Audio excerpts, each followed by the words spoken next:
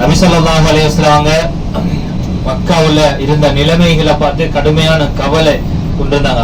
இந்த மக்கள் ஜாஹிலியத்துல அறியாமையில மூழ்கி போய் கிடந்தாங்க.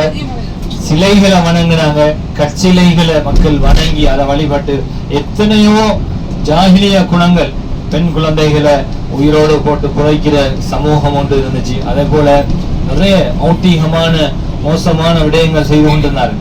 அந்த நிலைமையை பார்த்து ரசூலுல்லாஹி ஸல்லல்லாஹு அலைஹி வஸல்லம் கடுமையான கவலை அடைஞ்சி அந்த கவலையில ஒரு மலையில உட்கார்ந்து இருப்பாங்க. அதான் ஜபலுன் நூர் என்று சொல்லப்படக்கூடிய அந்த மலை.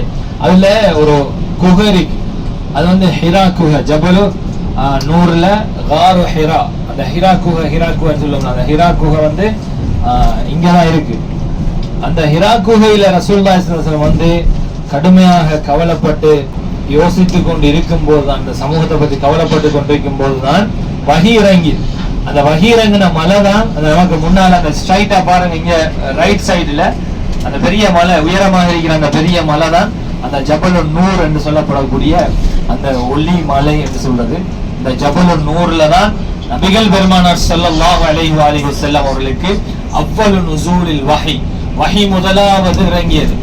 ஜிப்ரீல் அலைஹிஸ்ஸலாத்து வஸ்ஸலாம் அவர்கள் பிரம்மாண்டமான ஒரு தோற்றத்துல நபி அவங்களை சந்திச்சு ஒரு நாள் இப்படித்தான் நபி அவங்க கவலைப்பட்டு கொண்டு நபி அவர்கள் இருக்கும் பொழுதோ கொஞ்சம் கவனிங்க, இந்த ரைட் சைட்ல தெரியுது ஆக்கள் ஏறுறாங்க பாருங்க, நிறைய பேர் ஆக்கள் ஏறுறாங்க. கொஞ்சம் அவரது பார்க்கலாம்.